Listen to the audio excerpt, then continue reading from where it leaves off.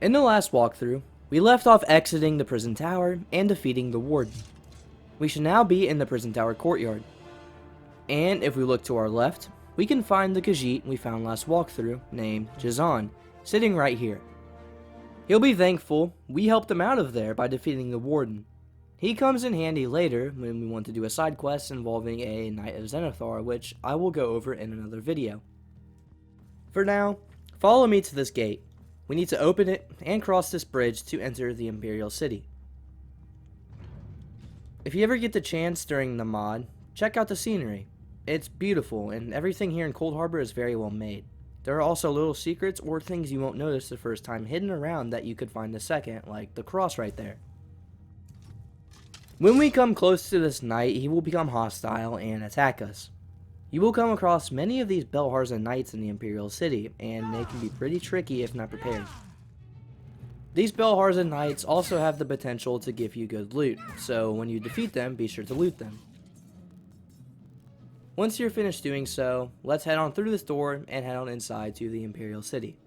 It will say you need a key, but the key we got from the warden last walkthrough will get us in here. We can walk forward to discover a new location, the Plaza of the Eight Saints. The only things significant here are the enemies you'll come across, and another one of Sir Gregory's Dibella statues and a letter. If you guys are wondering if I'll show all the statues in the main quest video, I won't, as they're part of, surprisingly, another side quest. I'll go over all the side quests from Vigilant as well, don't worry. Once you're done here, I'd suggest taking the path I take to get to the next location we need to get to. There are two paths to take, but taking the alternate path, which requires you to have 51 smithing to fix a lever, isn't worth it. We'll eventually reach the areas over there, over the alternate path, during another main quest video, so just follow me.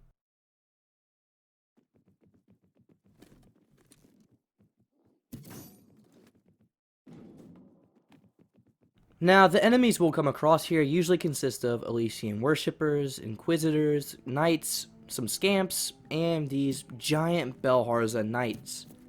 These knights are incredibly tough to defeat, so if you can, I'd suggest staying away from them. However, if you do manage to take one down, they have a chance to have their spear or shield on their body, allowing you to use it for yourself. I won't showcase these items at the end of the video, however. Now, the first location we'll come across is named the Arena. Has anyone here played Oblivion? If so, you will know that the arena was an enjoyable part of that game. We won't go over the location in this video, however, that will be for another one. Just know that you will be able to fight some bosses from this mod that you've already fought before here. Here we come across another type of giant knight, the Dragon Rider. There really isn't a difference between the two knights other than that their gear is differently colored.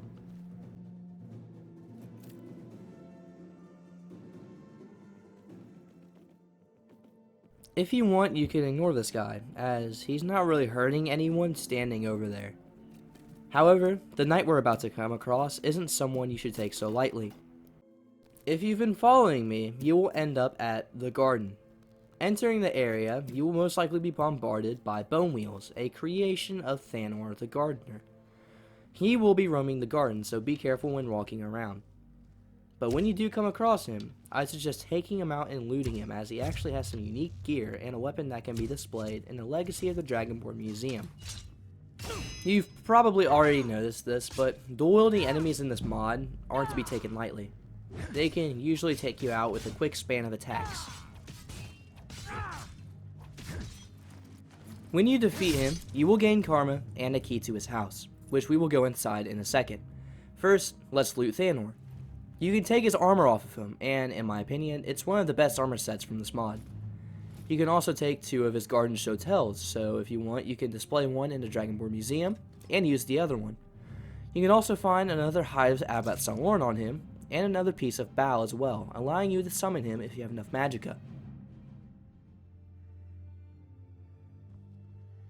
Over here, we can discover a location for the gardener's house.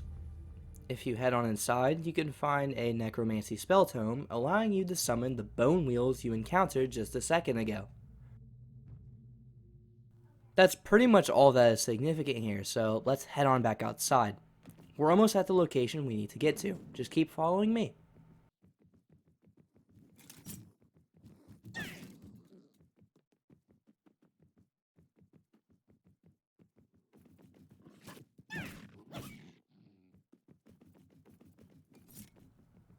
We now have arrived at our destination, Curia Morimath. Take out the wannabe Pepe out front and head on inside when you're ready.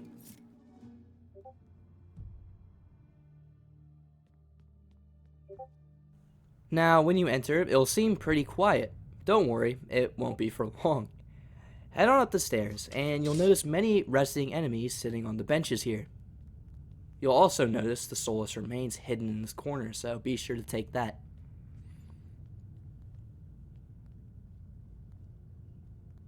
All the way up the stairs will be an Archpriest named Centius. He acts as a mini-boss, so when you walk up close to him, all of the enemies resting on the benches, well, they will attack you. We need to defeat him if we want to get the key to keep progressing. He's basically your typical run-of-the-mill Elysian priest. Instead, he has a two-handed battle axe that's a staff. Don't question it, it's just in the mod. Once you finish everyone off, you'll gain karma and receive a key to the Golden Sanctuary. Before we head there, let's loot the Archpriest. He has a Saint Dulce nail on him, so be sure to grab that. He also has a staff, which acts as the two-handed warhammer, which is a pretty interesting move. Judging by the look of it, you'd think it's just a normal staff, but it is not. The door to the Golden Sanctuary is down these stairs and on our right. Go ahead and enter.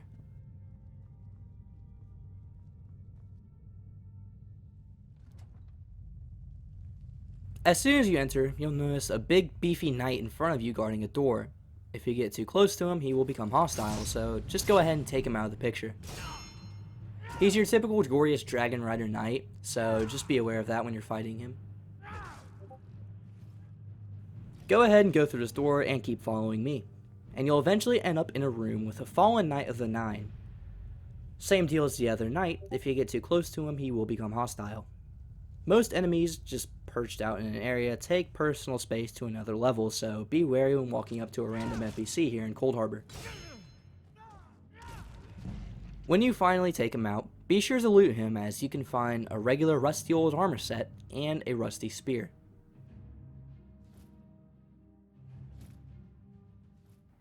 We are now almost near the end. Go ahead and go down this hallway here, and you'll come across a ginormous treasure room with a huge disfigured creature guarding it. In the top left corner of your screen, you'll get a notification saying that the staff we acquired from Archpriest Centius is reacting to something. If you equip the staff, the disfigured creature won't be hostile towards you, and you can actually talk to him. As you see here, he's running towards us angry, but if we equip the staff here, he will not become hostile.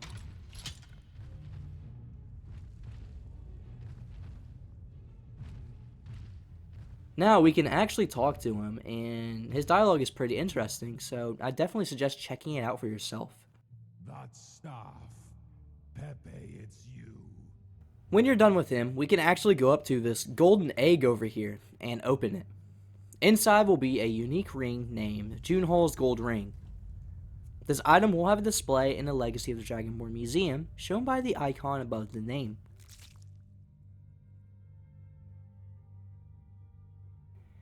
We will also find the key to the Inquisition Court District, which is where we need to go to keep advancing the main quest. Before we leave, we do need to take out the trash. Pope Magnus isn't a good person, so let's go ahead and defeat him. He can be a tricky fight since his AI is similar to a dragon, so be aware of that when fighting him.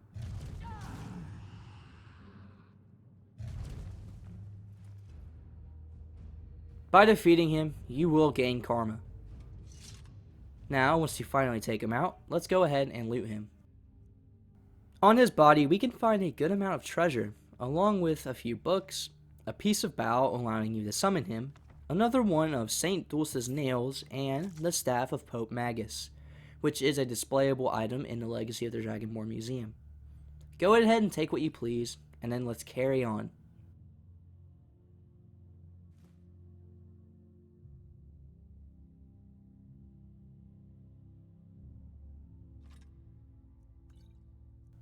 Now, from the Golden Sanctuary, we need to head to the Inquisition Court. The door we're looking for is next to the Gardener's home, but I'll go ahead and walk to it on video here, so follow me if you're having trouble finding it.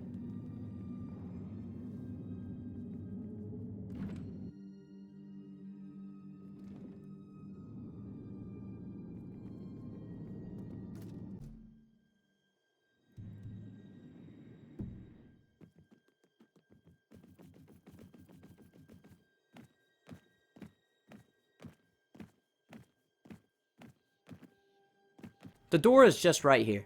Go ahead and enter when you're ready. Here on the bridge, we can find a few enemies, including a weird spider-looking thing and a few Elysian worshippers. Go ahead and take them out, and then keep walking forward on the bridge until we reach this gate.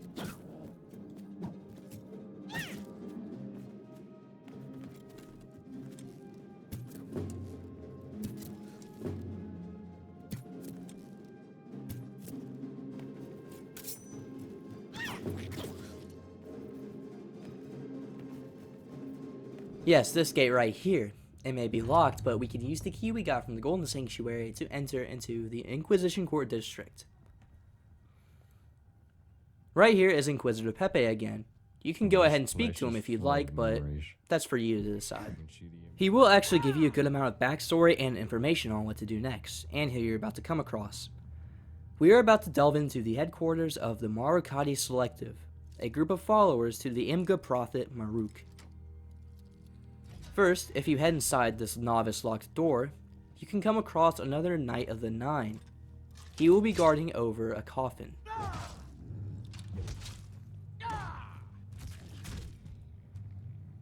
Once you defeat him, you can actually look in the window to find a Dragon Soul Stone.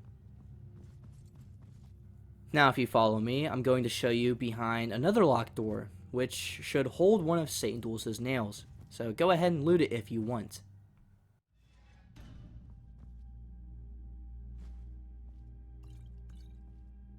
From here, you will want to follow me as I'm going to walk you through on how to get to Malada, the floating fortress that can be seen in the distance. Up here, we'll come across some enemies and a gate. Once I defeat the enemies, I'll show you guys where the lever to the gate is so you can go through it.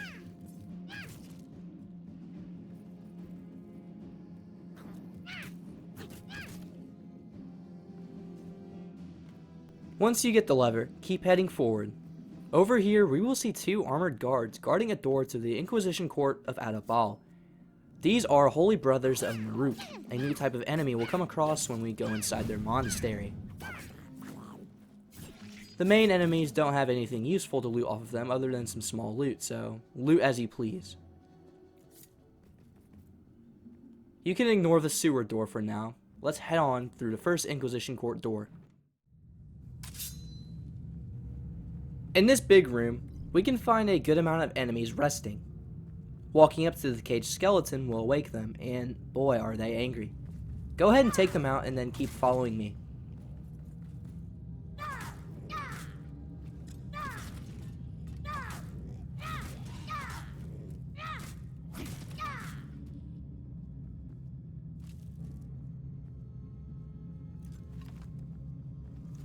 Up here, we will come across a Holy Brother guarding a gate that we can't actually open from the side we're on currently.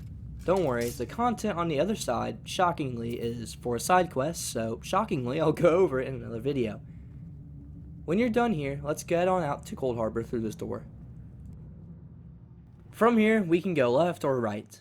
To keep advancing, we need to go right, as everything left of here is part of side content.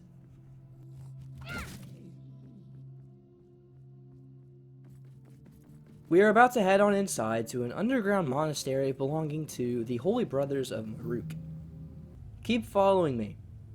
I'm probably going to slow down the video as getting to the underground monastery door can be a little tricky if not following the video.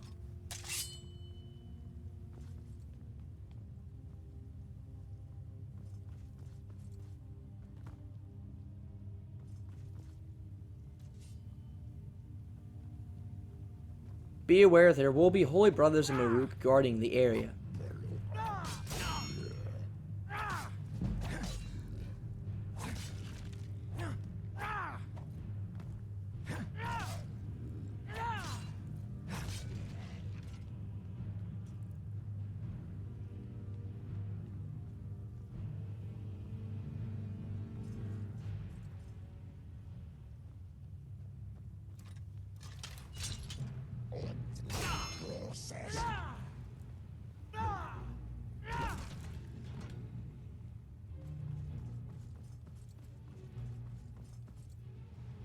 Once you get to this door, I don't know what I'm doing here. I guess I'm just looking through the window. Once you get to this door, head on inside it.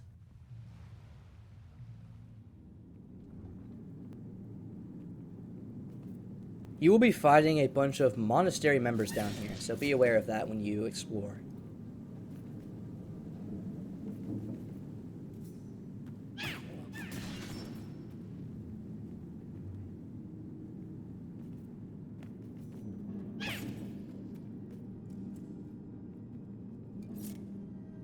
Here we can come across some stone steps mounted against the wall. If you follow me, we will be able to find some very well hidden loot, along with an important key if you plan on doing some of Vigilant's side quests. Be wary when jumping down here, as the fall is pretty deep. You will notice this statue up here has the alteration logo on it. If you cast an alteration spell or a staff onto the logo, a hidden door will open up. If you don't have an alteration spell that you can cast onto the logo, over here is an alteration staff.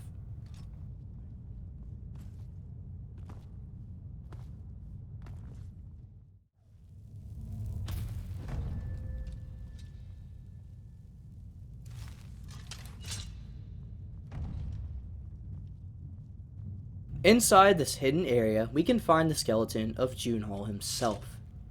We can loot his body to find a few things. We can find a bone of Jhunal, and when you consume it, it will increase your magicka by 10 points permanently. We will find his silver ring, which has a display in the Legacy of the Dragonborn Museum. We can also find a key to his library, which is part of a side quest I will go over in another video. And finally, we will find the Light of Magnus. With all the loot we've obtained throughout this video, I will go over it at the end, so be sure to stick around for that if you want to see the showcases.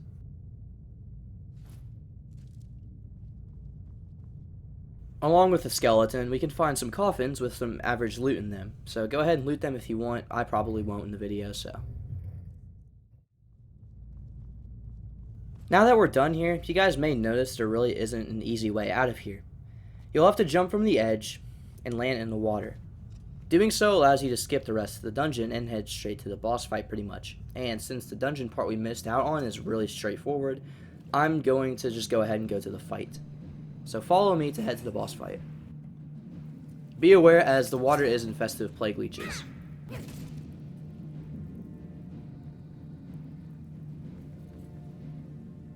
I definitely suggest making a save here, as I do for every boss in this mod, as the fight can be pretty tough for the first time.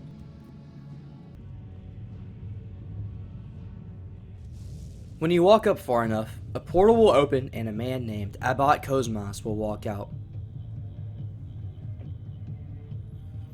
When fighting Abbot, there are a few things you should try to keep note of. He'll start out fighting with this one-handed weapon, which on higher difficulties can hit harder than normal. Now when his health reaches a certain point, look at the video for reference, he will pull out another sword and start dual wielding against you. And you know how in Vigilant, every dual wielding enemy can do stupid amounts of damage. Now when his health reaches below 250, he will start a firestorm against you. This can catch many people off guard, as it can engulf you in flames within seconds. Use this video for reference if you ever need to learn his attack patterns. Once you defeat Cosmas, you will gain karma. Also, Inquisitor Pepe will arrive. He will give a sappy remark about how this hero Malada became evil, and he will tell you to hurry up to go to Malada, as that's where you're supposed to be going. Once you're done speaking to him, go ahead and loot Abbot Cosmas. He has a few things that you can't get off of any other person in this mod. First, we can find the Bone of Jhunal. Go ahead and take that. Here we can get a set of the Holy Brother of Marukh armor. We can also find Magnus' return ring here, which has a display in the Dragonborn Museum. And finally, we can find the piece of ball for Abbot Cosmas, which just allows you to summon him. When you're done looting him, head towards the portal. This will allow you to go to Malada.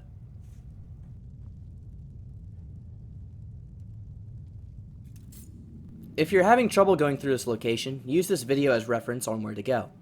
The area is pretty straightforward and requires little talking from my part. the only thing of interest to loot are the Soulless Remains that I just picked up. If you still want to slow this part of the walkthrough down, use YouTube's playback speed feature.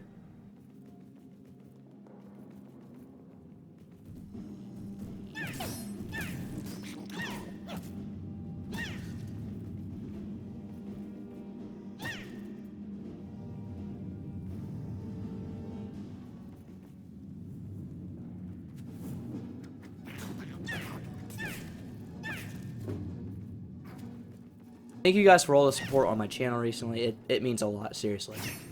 If you're still watching this segment, I hope you have a great rest of your day.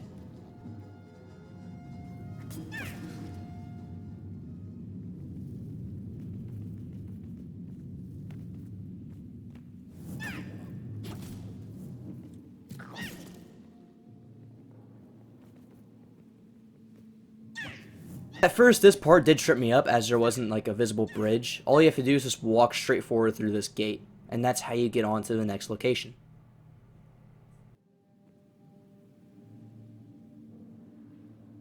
Once you reach this door, head on inside to the Malada Abasel.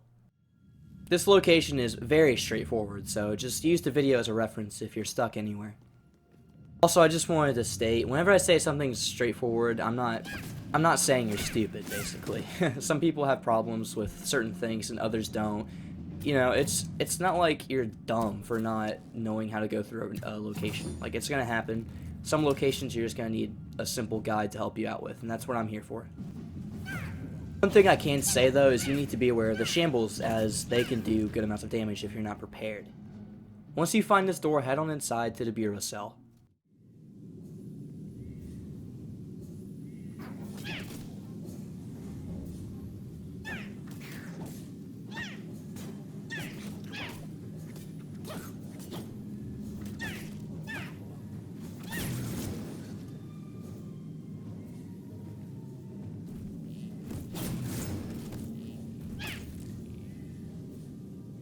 You will notice that this door leads back to the Abasel.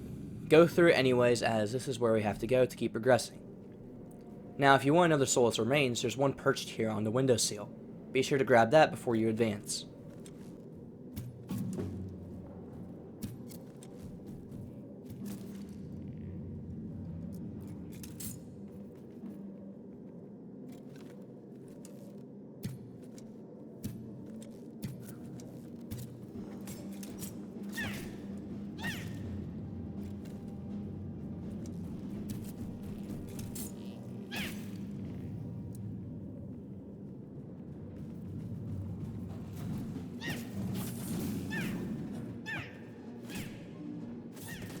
This door will lead to the Abasel. Go ahead and go through it to keep advancing. This place can be a little tricky to navigate, and there are some important things to loot here, so I'm not going to speed through it like I did the other two locations. Heading left or right here doesn't really matter, as they both round about into the same area.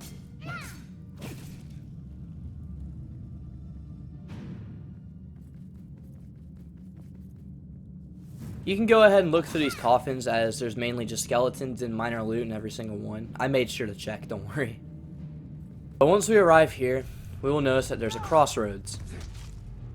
There are 3 paths we can take. 2 of them lead to minor areas, and 1 is where we need to head. But I'll go ahead and showcase every door and every path that leads to it. The most minor door is the one here that's locked. Inside here we can find a Scamp Shadow Warrior, which I don't think there's a difference from a regular Scamp Captain compared to this one. But behind this locked door, we can find another one of the Soulless Remains, as it's hidden all the way back here.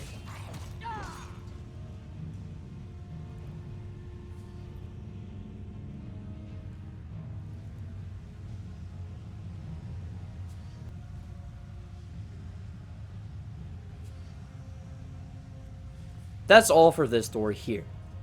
Let's go to the one that's straight ahead from the door we just came from. In this room, we can find a set of the Arch-Selective armor. This is one of 2 locations you can actually find this set, so if you want it, then this is a place to get it.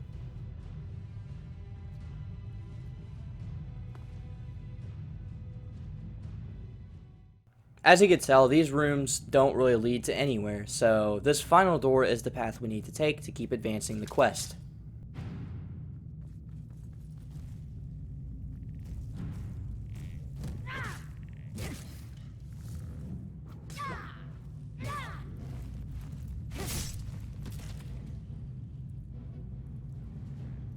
Here we can find a locked door with a skeleton demon guarding something.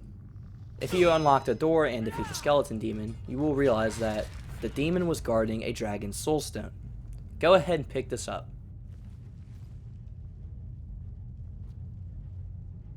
This is one of the many consumable items found in Vigilant. When you consume this item, you will gain 1 dragon soul. You can go ahead and loot this boss coffin as well, as boss coffins have better loot than regular coffins here in Vigilant. Once we're done here, let's go back on track.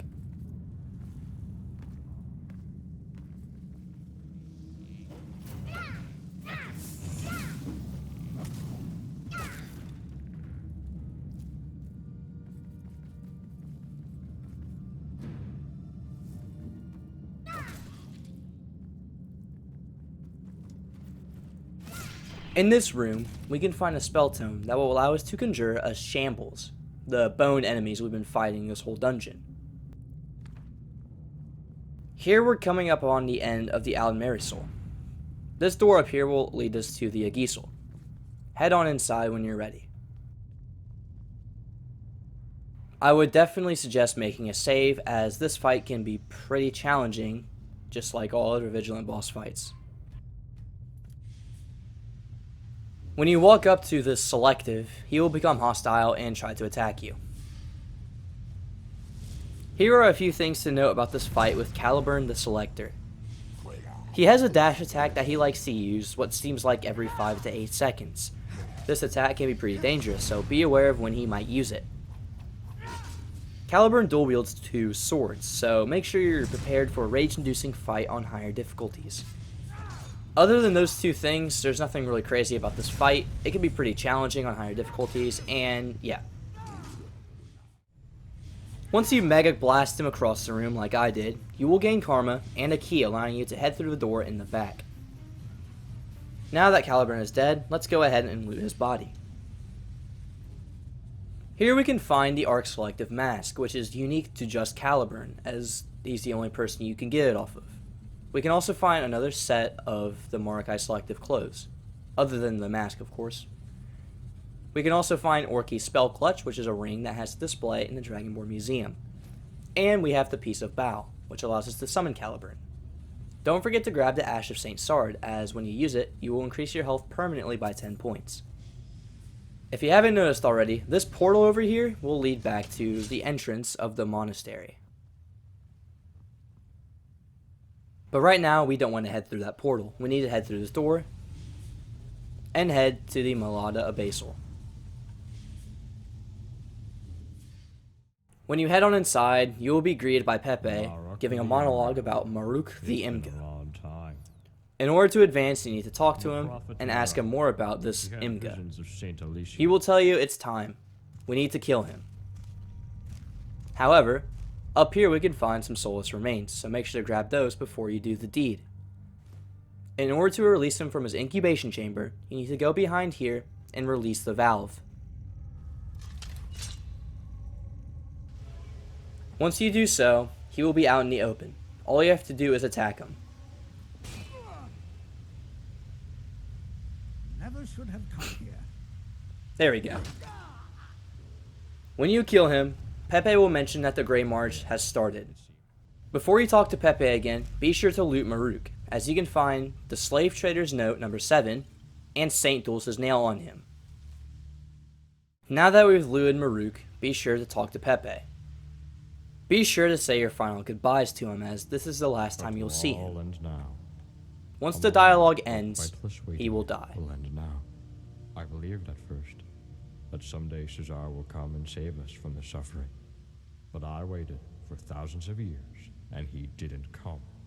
I opened thousands of sarcophagi, believing in the prophecy, but only poor imitations of the real thing crawled out of them. Where is Caesar? What is he doing? Oh, I know now. He won't come. I should have known from the very beginning. I'm sorry, but I saw no other way. Let me show you the last way out and return. Now that Marukh is dead, the central barrier should be weakened too. There is a mansion to the north of the Imperial City. The mad Keenest and Saul Drozel resides there. Kill him, and take his heart and key. The key opens the gate to the center of the city. and the heart you will need to get into the tower. Hurry. Greymarch will be here soon, and it has the same goal as you. What will you do now? This is the end of my long walk. I will wait here for the end this old man deserves.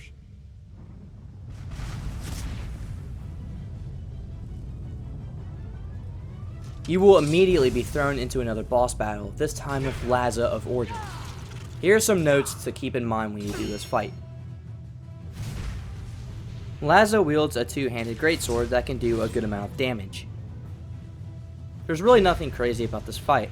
However, when you're at a killing blow against Laza, he will disappear. And on that note, I'm going to end the walkthrough here. Pepe is dead, the Greymarch has started. This is a really good ending point to this walkthrough. Coldharbour will run grey now, as if you head outside, the atmosphere has completely changed. In the next episode, I will go over how to defeat Molag Bal. Here in this part of the video, I will showcase all gear of importance we've obtained today. First, we have the Gardener's gear. The boots of the set improve your sneak ability by 40%, while the gauntlets allow you to do double sneak attack damage with one-handed weapons. For some reason, the helmet and armor don't come with an enchantment. The Gardener's Shotel allows you to dish out 10 extra points of damage to an enemy who is blocking. Personally, I think this is one of the coolest armor sets in Vigilant. Or coolest looking armor sets at least. Defeating the Gardener will allow you to loot another piece of Bal off of him. When used, you can summon him using Conjuration.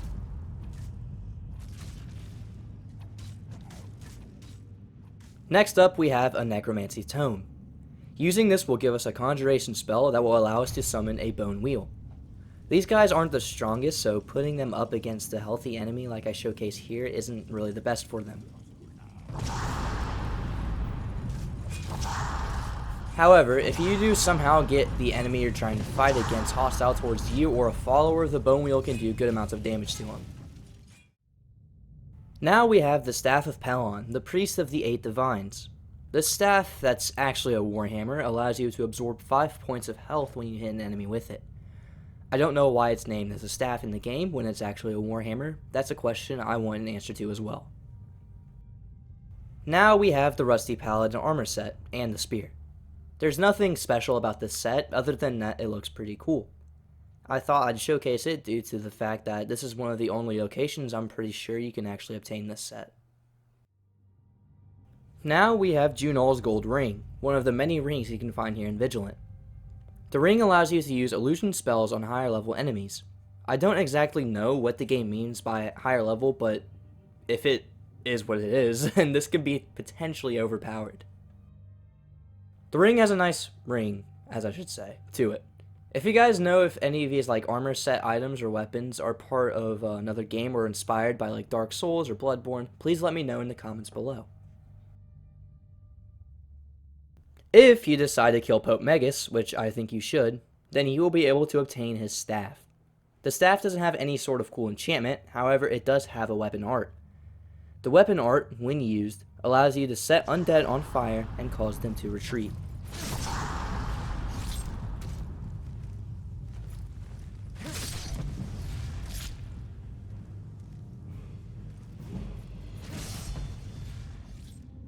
Defeating the Pope will allow you to receive a piece of Bal off of him. Using this will give you a Conjuration spell that will allow you to summon the Pope. He is a pretty big summon, so make sure you have some room before you try to summon him. He can be pretty effective in combat, but he is really hard to cast as you have to have enough room and enough magicka. Jhunal's Silver Ring allows all spells to have a longer duration. This can be especially useful if you're a Conjuration mage trying to make use of your summons, or if you're trying to use illusion spells and want to be out of sight for longer. This ring can be fantastic. I definitely suggest using this ring as much as you can if you're a Conjuration mage, or if you're a mage in general. It can be really useful. Maybe not a mage who only uses destruction magic, as that won't really have that much of an effect, but for Conjuration and Illusion, Alteration, all of those other classes, this ring would be great. The Light of Magnus acts as a lantern with a pretty useful feature. Having this equipped not only gives you light, It also gives you 10% faster magicka regeneration. This can be pretty useful if you're a mage who also needs a little bit of light. The Holy Brother of Marukh armor set can be looted off of Abbot Cosmas, and I'm not for sure, but this might be the only place you can acquire a set without crafting it at the Anvil of Cenithar. The set has no special enchantments on it, but it looks really cool, and it's definitely one of my favorite armor sets from this mod. Magnus' Return Ring is a ring that can be really good for any mage out there. Equipping it will allow you to regenerate magicka 200% faster. The ring has a slim look to it, and is one of the many amazing rings you can find from this mod.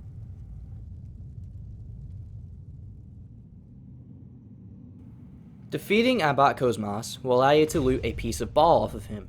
Using it will grant you a conjuration spell, allowing you to summon him. He can be really good against tougher enemies, as he does good amounts of damage and is somewhat tanky enough to take a lot of damage.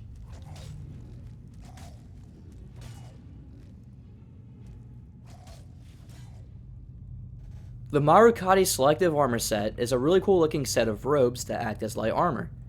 This is one of two sets you can obtain without crafting, as the other set we can find on Caliburn the Selector. However, this is the only location you can find the regular mask of the set.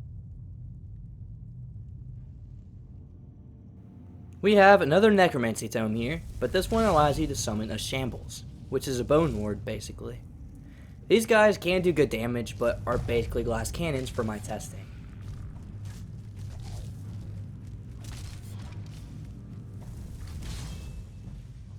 The Arch-Selective mask was a mask designed just for Caliburn, but since he's dead, he won't be needing it anymore.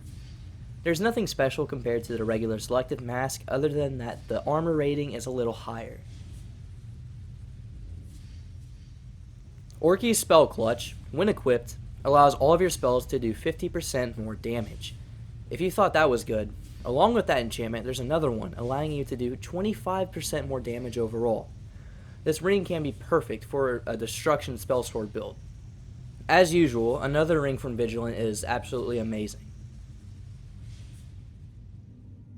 For the last item of importance from this video, we have Caliburn's Piece of Bal. When used, it will give us a conjuration spell that will allow us to summon Caliburn the Selector.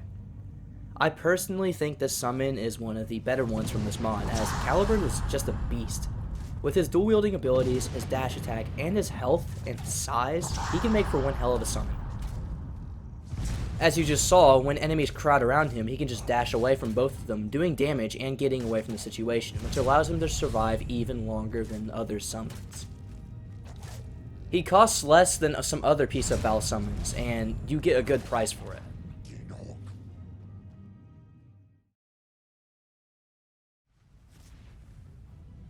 Hey guys, I'm sorry this walkthrough took forever to get out. I've been going through some stuff in real life, and I had to take some time off to fix myself and everything else. When doing that, I lost a lot of motivation to edit these kinds of videos, but I've gained a lot of it back, mainly due to the summer starting for me and having more time to actually edit. I hope you guys enjoyed the video. Was I able to help out? Did I forget anything of importance? If so, leave your thoughts in the comments below. For now, have a great rest of your day, and as always, peace out.